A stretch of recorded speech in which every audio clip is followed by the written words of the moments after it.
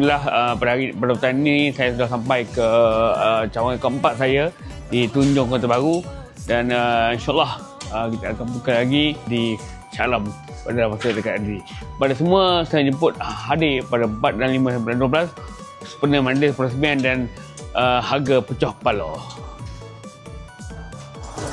Alhamdulillah. Okey, inilah kita punya tempat yang terkini, pembukaan kita yang keempat di Kota Baru, di Tunjung, Kota Baru, Kelantan, dan nantikan pembukaan seterusnya insya-Allah di Shah Alam.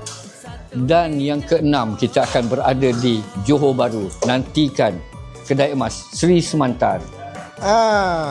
Korang mesti ingat kan, kita ni bukan sekadar di Tunjung saja, bukan sekadar di Perak, bukan sekadar di Johor, tapi kita nak buka on seluruh Malaysia. Sebab apa?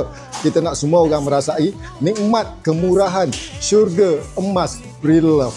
Jadi anda nantikan kami di seluruh negara. InsyaAllah bakal tahun depan semuanya setiap negeri akan ada kedai-kedai cawangan-cawangan yang terkini.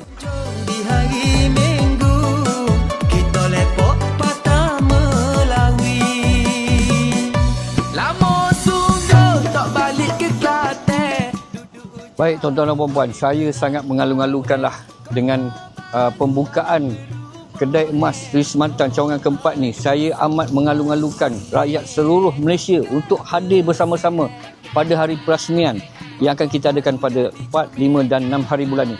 Mari pakat ramai-ramai. Dan terima kasih juga kepada BOD kita yang datang daripada Temeloh, datang untuk melawat kedai untuk pembukaan pada 4, 5 dan 6 hari bulan. Ramai-ramai datang. Kita ada sambutan bertuah, kita ada kereta, motor, emas dan juga laptop dan juga hadiah-hadiah lain untuk memeriahkan pembukaan kedai emas Seri Semantan Syurga Emas Pre-Love.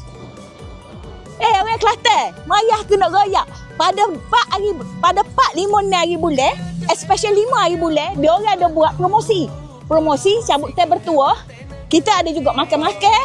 Kita ada jualan mah murah-murah. Kalau puak-puak mu Sek Kelantan tak mari, mu rugi besar Sek Kelantan. Maka mari deh kedai emas Seri Semantan pada 5 hari bulan kita akan buat promosi secara besar-besaran. Mari belakang tu.